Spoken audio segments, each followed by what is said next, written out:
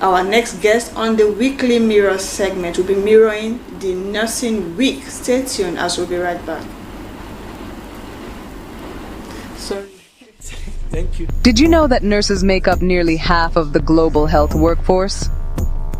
In many parts of the world, a nurse is often the first, and sometimes the only health professional a patient ever sees. And a single nurse may care for dozens of patients at once, working long hours, often under immense pressure, quietly holding together systems that millions depend on. In crowded wards and silent night shifts, when most of the world is asleep, a nurse is still awake, watching over someone's life. And yet, despite all this, many nurses remain overworked, underpaid, and unheard. These are not just statistics, they reveal a deeper truth. We rely on nurses more than we support them. They carry not just medical responsibility, but emotional weight, the fears of families, and the fragile hope of recovery. Today, as we gather to mark International Nurses' Day, celebrated every year on 12th May, the birth anniversary of Florence Nightingale, we are not just honoring a profession. We are recognizing a pillar of global health care, a pillar that is strong, but under strain. The story of modern nursing begins in the 19th century, with Florence Nightingale. During the Crimean War, she walked through overcrowded, unsanitary hospitals and transformed them, not just with compassion, but with discipline and data. She reduced death rates, improved hygiene, and introduced the idea that care must be guided by evidence, not just instinct. She showed the world that nursing is not simply about kindness. It's about knowledge, precision, and leadership. From that point on, nursing evolved into a profession that combines science with humanity. And for over a century, nurses have stood where it matters most, at the bedside, in the community, and on the front lines of every crisis. They have been there in the hardest moments of humanity, when systems failed, when resources ran out, but care could not stop. This year, the International Council of Nurses has given us a theme that is both powerful and urgent. Our nurses. Our future. Empowered nurses save lives. This is not just a message, it's a reality check. Because the future of healthcare does not depend only on technology, infrastructure, or policy, it depends on people, and at the center of that system are nurses. But what does empowerment really mean? Empowerment is a word we often use but rarely define. Today, let us define it clearly. Empowerment means safe working environments, where nurses are protected physically and mentally. Fair compensation that reflects their contribution and dignity. Autonomy in practice, so they can use their full skills and training. A seat at the table, where their voices influence decisions and policies. So, here's the hard truth. A system that limits its nurses is a system that limits its own potential. An exhausted nurse just can't give their best, and an unheard nurse can't really improve the system. But an empowered nurse becomes a force multiplier, improving outcomes, preventing complications, and honestly, saving more lives. Because behind every statistic, there is a patient who needed care, and a nurse who chose not to give up. But why does this matter now? We are living in a time of extraordinary global pressure. Healthcare systems all over the world are facing increasing population and demand, shortages of trained professionals, a growing burden of chronic diseases, climate-related health emergencies, and, not to forget, a dangerous rise in misinformation. In such a world, the role of nurses becomes even more critical. Because nurses do not just treat illness, they educate patients, promote prevention, support families, and build trust within communities. They really are the human connection in healthcare. Sometimes healing begins not with medicine, but with a presence, a voice that says, "You are not alone." Nurses are consistently ranked among the most trusted professionals in the world. Think about what that means. In moments of fear, pain, and uncertainty, it is often a nurse who stands beside the patient, not just administering treatment, but offering reassurance, clarity, and strength. In that moment, they are not just professionals. They become strength for someone who has none left. This trust gives nurses a unique responsibility and a unique power to bridge the gap between, science and society, knowledge and action, healthcare systems and communities. And in an era where misinformation spreads faster than facts, this role is more important than ever. So, what must we do? If we truly believe in this theme, then our response must go beyond words. First, we must invest in nursing education and training. A strong system begins with a strong workforce. Second, we must improve working conditions, ensuring safe staffing, reasonable hours, and mental health support. Third, we must ensure fair pay and clear career growth pathways. Fourth, we must bring nurses into leadership and decision-making roles. Because if it ignores those who deliver care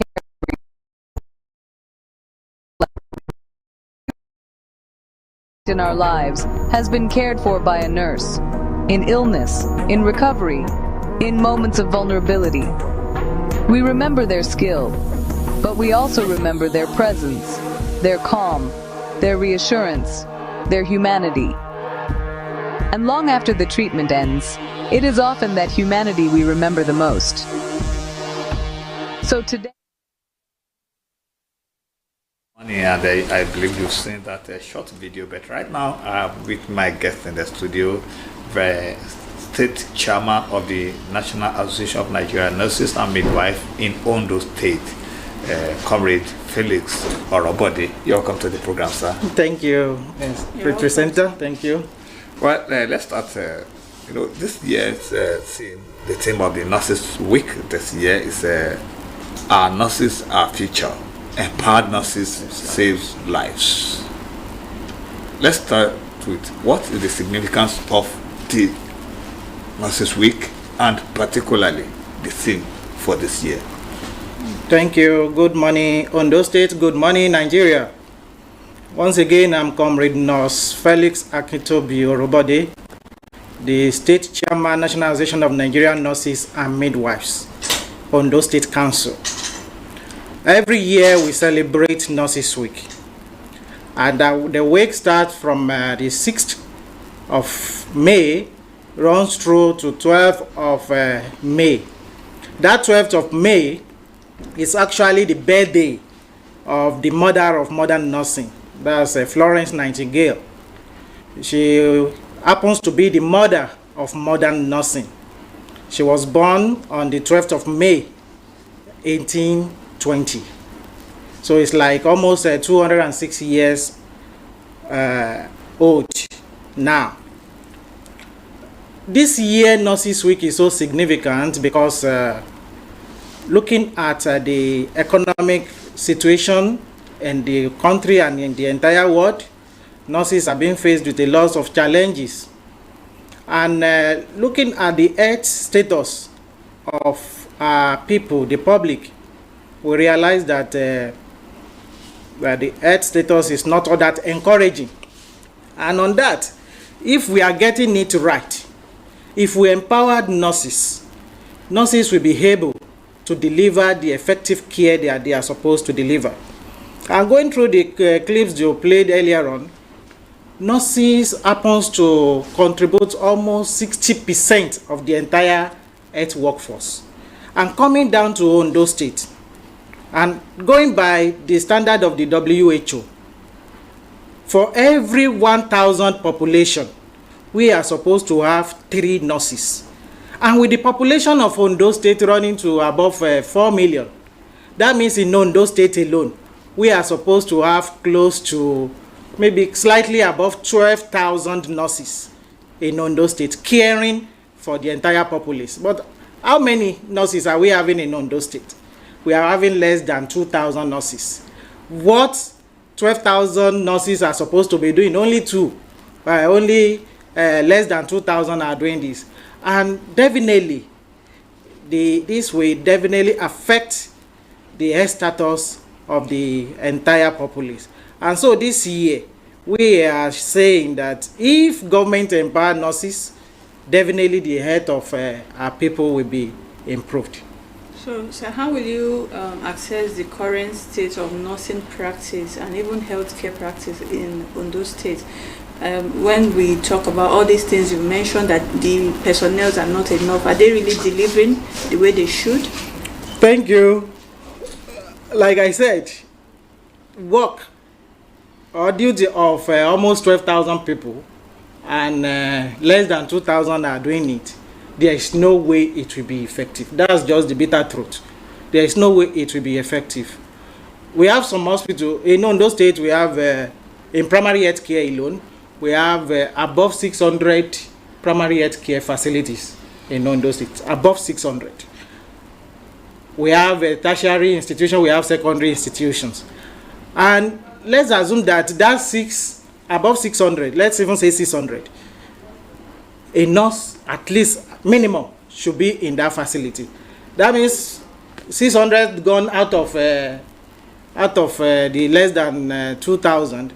And in these 2,000, people working in the Federal Medical Center are also there.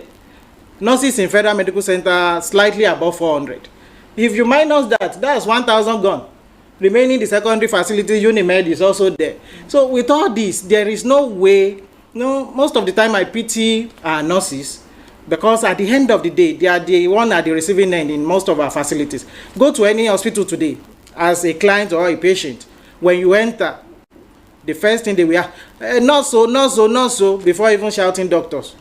And some times ago, we had to tell the government, nurses are always at the receiving end. If there are no drugs in the hospital, before the patient shouts the name of the pharmacist, the nurse. If the security is not all that good, the nurse. Everything about the hospital, nurse. And it is because the hospital, the way it is being built around nurses. We are the owner. Let me put it that way. We are the owner of the hospital or health facility. So all those people that works around, they support the work of the nurse, because we are the one that really stay with the patient for 24 hours. Doctors will come, they attend, maximum 5-10 minutes, they leave. The nurses will be there. The nurses are the one that relate directly most of the time with the patient relatives. And that's why most of our patient relatives always say, those nurses, they are wicked. Those nurses are this, because they are the one that always have interface with the patient and the patient relatives. And in a ward, hospital ward of like maybe 10, 15, 20 patients, and you're having just a single nurse managing those patients, and each patient, we will always, we human beings now, each patient will always want that nurse to be attending to him. If he or she has any complaint, nurse will come. After by attending to that person, another person will be shouting, "Nurse, where are you?" And if the nurse did not respond, the next thing is that nurse is wicked. He is not responding to me. Is this, is that, she's this, she's that. So that has always been the nature. Suppose in a ward of, let's say, 10, 20 patients, and we're having 4 nurses on ground, the work will be effective and they'll be able to deliver to the public. So on the shortage, it's everywhere. It's everywhere, not only in Ondo State, not only in Nigeria. Recently, there was a ban on the recruitment of health workers, even in the United States of America. But two weeks ago, the President of America had to lift the ban because they need health workers. And over there, I have friends that are there. The minimum they earn in a month over there is like $2,700. Convert that $2,700 to Naira in Nigeria. How much? The highest paying nurse in Nigeria, I doubt if he or she earns up to 800,000. Now, you now want us to say stay in the country. Definitely people will move out of the country. So if our pay is not all that good, coupled with the shortage of staff, people will keep on moving. I'm following the statistics from the Nursing and Midwifery Council. In the last 5 years, nurses that have migrated out of this nation, they are above 60,000. 60,000 nurses migrated out of our country in the last 5 years. Now, how many are we having? Yes, government said that they should keep on producing nurses. Not that one alone will not even solve the problem. Because as we are producing, these people will be moving out of the country. And you can't restrain them from moving. They have freedom of movement. So with that, if government really wants us to be effective in our places of duty, one, they should recruit more. We have some nurses outside also in private hospitals, especially in those mushroom private hospitals. I call them mushroom because most of them, what they use to, what they pay our nurses there is so meager. We still have private hospitals that are paying nurses less than 50,000, even in this Ondo state. It's uncalled for, and it's because government is not all that ready to employ. How many nurses are we having in the state? Like I said, less than 2,000 nurses in the entire Ondo state, with a population of above 4 million. So it's not enough. Thank you. Well, I think you have at least talked about so many issues challenging the nurse. I want us to also talk about one area. Then we will now talk about what is NANNM doing to ameliorate all the challenges. But the challenge I want us to look into is issue of security. Recently, we had story all around, for some were almost kidnapped and the rest. How is this challenging the nursing profession in Ondo State? Then, what is NANNM doing in all the challenges you have mentioned, including the security? What are you doing to ameliorate the situation? Thank you. You referred to the incident that happened almost a month or 6 weeks ago. We just have to appreciate God Almighty that the incident did not escalate more than that. Truly, our members were abducted, but thank God they were finally released along Ondo Road. Immediately that incident happened, we have to appreciate the state government, at least, and the Amotekun Corps, the Commissioner for Health in the state, the Chairman, Akure South Local Government, Honorable Fashua. So all these people swung into action immediately the incident happened.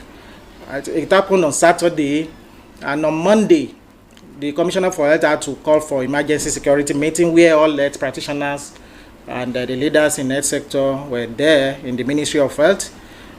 We all discussed, and after that, the state government, the hospital management board, and some health facilities have been able to gear up in ensuring that there is security of lives and property in various health sectors. But I don't think they've done enough.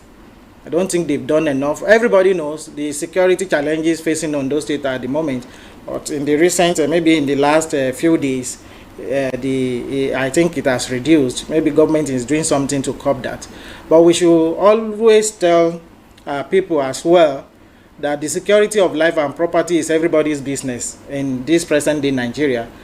I always tell my nurses, when you get to work and looking at the environment, you realize that it's not all that secure. Please run away for your life.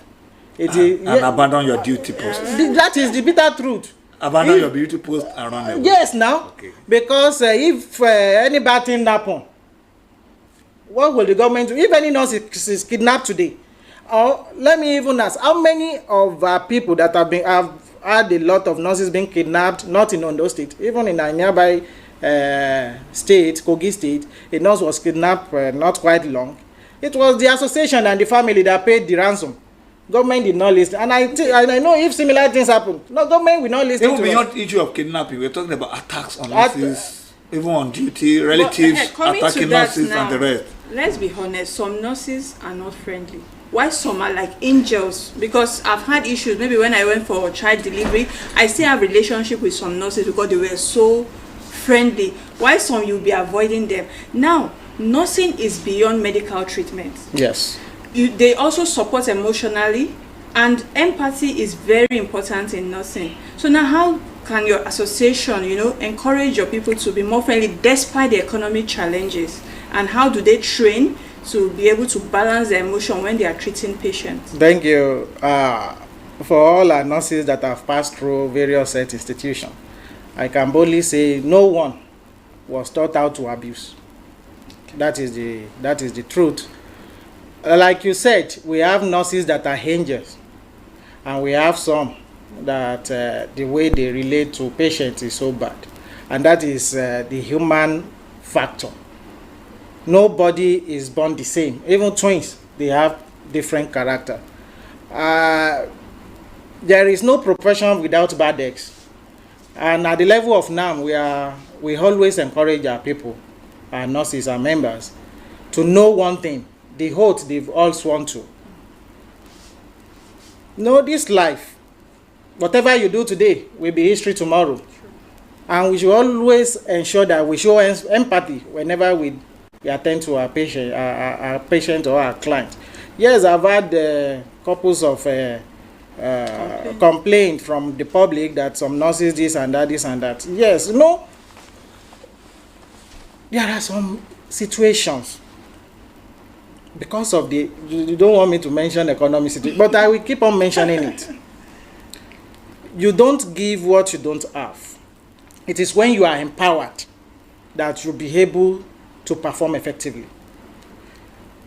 Someone who is facing economic challenges at home, come in as a nurse to treat a patient in the hospital. Things are just too hard. We must be factual on that. Some people cannot manage their emotions sometimes. And like I said, people always complain about nurses. I really hear maybe public complaining about pharmacists in the hospital. Why? Because they don't really have interface with them. That is the truth. And what public normally complain about, the professionals that they normally complain of too, maybe the doctors and the nurses. Some doctors don't do us well, this and that, nurses, doctors. Because these are the people that really work on the patient. And these are the people that have maybe 100% interface with the patient. And that is why. And for every, even when Jesus appointed the 12 apostles, there was one Judas. So for every 12 nurses, definitely you will have one, maybe might likely be bad.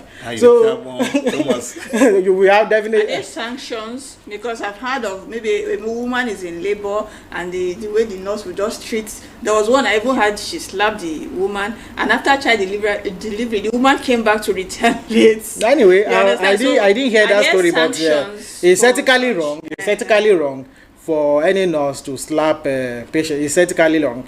And I just want to appeal to the public. It's not by retaliating, or it's not by attacking nurses.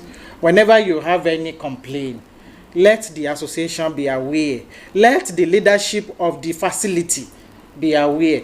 All our facilities, all the administrators in our facilities, they have means of punishing errand officers. We don't need to put the law into our hands by attacking our nurses. No, we don't need to do that. If you realize that the way any nurse attends to you is not all that good, the way he or she talks to you is not good enough, you don't need to attack. Just meet the management of the hospital. Report such individual, and I know definitely the management will take necessary action. We have rules, we have guidelines that we follow. They are civil servants, and we have the public service rule. The public service rule will be used to take care of the negligence or the malpractices. But thank you. Before we leave this program, I know that at least some nurses also are watching us and they want to hear, what are you doing to improve their welfare? What is NANNM doing to improve their welfare? We are just their spokes. We are their mouth, we are their ear.